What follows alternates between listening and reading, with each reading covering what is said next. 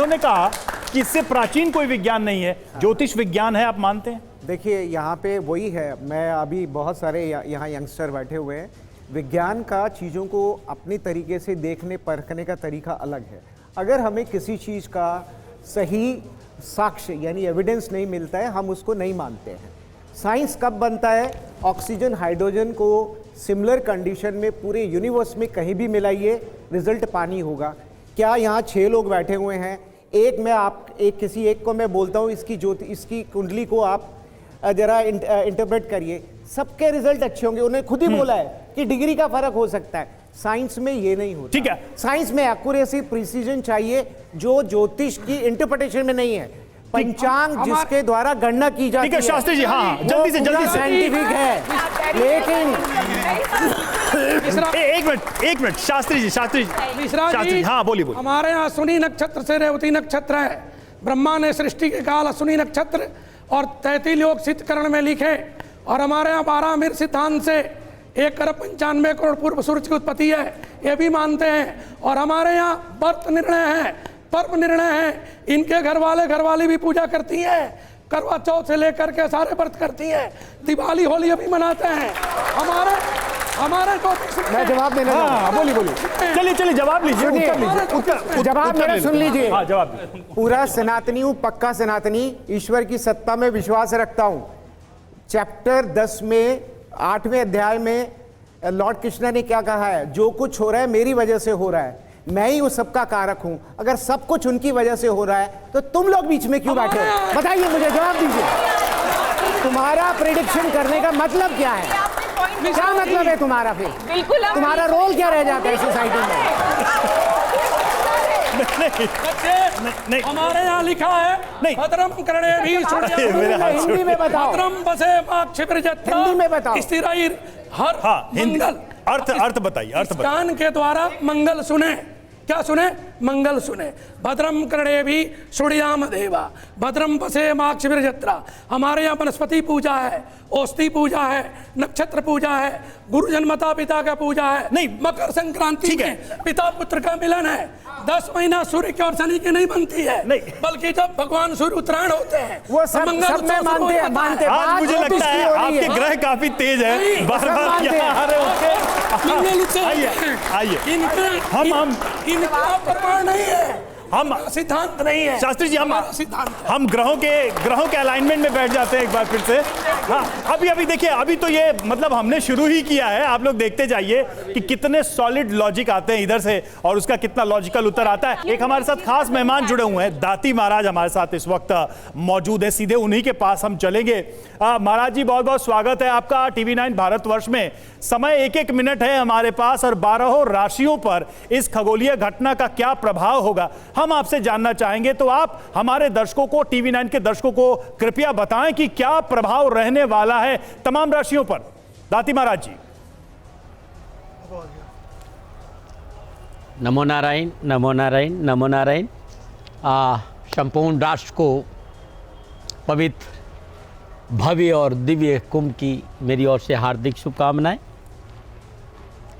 अपनी अपनी अनंत ऊर्जाओं का अपना एक प्रभाव है, और इस समय जिस विषय पर इतनी चर्चा हो रही है, विज्ञान अपनी बात अपने अनुभव के आधार पे कहता है। इस समय जो ऑर्बिट में जो घटना घट रही है, या जो ग्रहों का अपना एक सीक्वेंस बन रहा है, जो दिख रहा है जैसा है, विज्ञान अपना शोध है, आध्यात्म साधना वालों का अपना शोध है। लेकिन इतना ज़रूर कहूँगा कि इस समय ये जो घटना घट रही नहीं, ये खगोल की अद्भुत दर्शनीय घटना है और इसका आनंद लेना चाहिए, तर्क वितर्क नहीं। इस घटना को समझिए, कितना अद्भुत विज्ञान ने कितनी अद्भुत प्रगति की कि हमें कुछ समझने का अवसर मिल रहा है। अब ग्रहों का प्रभाव मानव जीवन पर है, वो अपने अपनी ग्रह दशाओं के आधार पर है।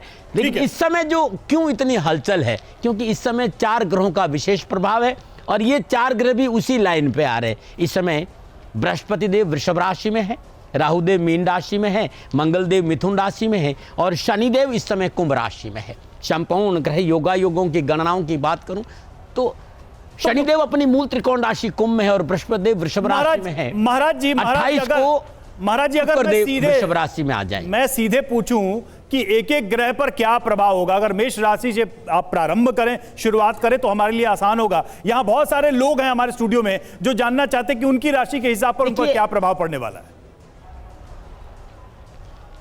यदि मैं 12 राशियों की बात करूं जी जी, तो इस समय ये जो घटनाएं हो, इस समय जो ग्रह योगायोग 1 महीने के हैं 29 मार्च 2025 तक के मेष राशि वालों के लिए पूर्णतः लाभदायक, सफलता से भरा समय रहेगा, क्योंकि शनिदेव बहुत अद्भुत बैठे हैं और बृहस्पति देव का भी प्रभाव उत्तम रहेगा। वृषभ राशि वालों को राजनीति में सफलता का उत्तम अवसर है, कारोबार में लाभ मिलेगा, परिवार का साथ मिलेगा, लेकिन अति अहंकार से बचना चाहिए। इस समय जो ग्रह है, मैं मिथुन राशि की बात करूं, मंगलदेव वक्री अवस्था में मिथुन राशि के में संचरण कर रहे हैं। अत्यधिक आत्मविश्वास, क्रोध पर काबू रखें, अपनों को साथ लेके चले। कारोबार, धन, वैभव की प्राप्ति तो है, लेकिन मन की चंचलता पर थोड़ा सा काबू रखना चाहिए, ये ग्रह संकेत दे रहे। कर्क राशि वालों के लिए आर्थिक दृष्टिकोण से समय बहुत अच्छा रहेगा, लेकिन पारिवारिक समस्याओं का संकेत नजर आ रहा है। जहाँ तक सिंह राशि की बात है, संपूर्ण इन चारों ग्रहों का प्रभाव देखूं तो आने वाला समय सफलता, यश, मान सम्मान में, प्रतिष्ठा में वृद्धि होगी, आर्थिक सुदृढ़ता आएगी, लेकिन परिवार को साथ लेके चलना पड़ेगा। कन्या राशि की बात करूं तो संपूर्ण ग्रह योगायोग कन्या राशि वालों के लिए आने वाले इस 1 महीने के लिए उत्तम लाभ और सफलता का संकेत दे रहे हैं, लेकिन कानूनी मसलों में लापरवाही नहीं करनी चाहिए। यदि मैं तुला की बात करूं तो रिश्तों की कदर करें, पवित्रता और पारदर्शिता रखें, सरकारी मामलों में लापरवाही नहीं करें और स्वास्थ्य को लेकर थोड़ी सी सावधानी बरतें। वृश्चिक राशि वालों के लिए इस समय राशि अधिपति वक्री अवस्था मिथुन राशि में प्रवेश कर रहे हैं, क्रोध पर काबू रखें, लेकिन जीवन साथी के साथ टकराव की संभावना है और धन हानि का संकेत नजर आ रहा है। विवादित सौदों में निवेश नहीं करें। धनु राशि वालों के लिए यह समय पूर्णतः लाभकारी और सफलताओं से भरा रहेगा।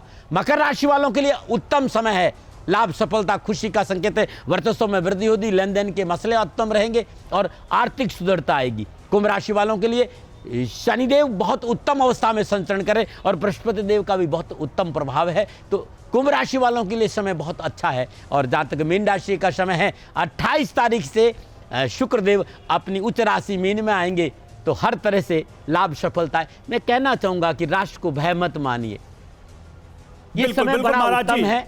और इस समय प्रयागराज कुंभ में महाकुंभ भी है। जी महाराज जी, हम लौट रहे हैं आपके पास, क्योंकि देखिए आपने तो बहुत ही अच्छे से बताया, बहुत ब्रीफली, बहुत संक्षेप में कि किस राशि पर क्या प्रभाव पड़ने वाला है, लेकिन हमारे साथ यहाँ पर ऑडियंस भी मौजूद है और जिसके मन में बहुत सारे सवाल उठ रहे हैं। काफी देर से हाथ उठा के लोग पूछना चाह रहे हैं कुछ सवाल, तो हम एक एक करके आप सबके पास आएंगे और ये हम जानने की कोशिश करेंगे, हम समझने की कोशिश करेंगे कि आपके मन में जो सवाल है उसका उत्तर यहाँ पर क्या मिलता है। और सवाल कुछ ऐसे भी हैं, ऐसे भी प्रश्न हैं जो कह सकते हैं कि सबके मन में कॉमन क्वेश्चन है, सामान्य प्रश्न है। सवाल यह कि महाकुंभ के बीच पड़ रहे इस संयोग से कैसा संकेत मिल रहा है। हम इन जो सवाल हैं इन पर हम एक एक करके आएंगे और अपने साथ जो ज्योतिष विज्ञान के एक्सपर्ट्स हैं उनसे ही हम जानने की कोशिश करें, लेकिन एक छोटी सी कंडीशन है मेरी, मतलब ये केबीसी टाइप सवाल है। सवाल मैं एक बार फिर से दोहरा रहा हूं, आप में से जिसके पास भी लगता है कि उसको उत्तर देना है तो प्लीज हाथ उठाइएगा, फिर हम बारी बारी से इस पे उत्तर लेंगे। तो सवाल एक बार मैं फिर से दोहरा रहा हूं, सवाल यह है कि महाकुंभ के बीच पड़ रहे इस संयोग से कैसा संकेत मिल रहा है, ये शुभ है या अशुभ है। अब हमारे ज्योतिषाचार्यों का क्या कहना है ये भी हम एक बार समझ लेते हैं। चलिए ठीक है शुक्ला जी, आप ही शुरू करते हैं संक्षेप में, लेकिन हमारे पास टाइम कम। महाकुंभ शुभ है और राष्ट्र में पूरे विश्व पटल के लिए शांति का कारक बनेगा और भारत के लिए जीडीपी का इतना बड़ा ग्रोथ करेगा कि भारत के कुंडली में इसके बहुत बड़ा लाभ मिलेगा। ठीक है ठीक है। श्रुति जी आप उठा रही थी हाथ, आप कुछ कहना चाह रही थी इस पे?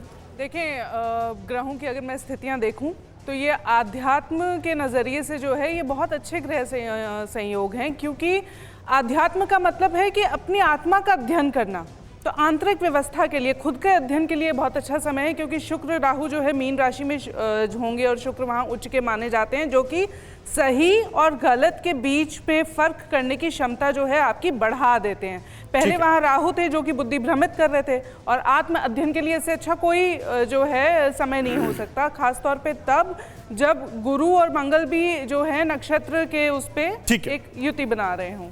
ठीक है जी बोलिए। जैसे इस साल जो है कुंभ जो पड़ रहा है 13 वर्ष के बाद बृहस्पति का गोचर आया है। कितने वर्ष के बाद? 13 वर्ष के बाद। वहीं इस शुभ के अशुभ, हम तो सीधा सवाल पूछ रहे हैं। वही पहले थोड़ा सा रीजन तो बताना पड़ेगा ना, ऐसी सुबह सुबह बोलने में। तो 13 वर्ष के बाद बृहस्पति गोचर में आया है अपनी उच्च राशि कर्क में, और 30 वर्ष के बाद शनि का अपनी जो है कुंभ से मीन राशि में जाना। तो ये कुंभ के लिए सर्वोत्तम रहेगा, और भारत देश के लिए जो इस साल 2025 की स्थिति रहेगी, चढ़ाव उतार की स्थिति रहेगी, तनावपूर्ण की भी रहेगी, ठीक है, लेकिन एज सून एज बहुत बेहतर और अन्य देशों ठीक है, चलिए विशिष्ट रहेगी।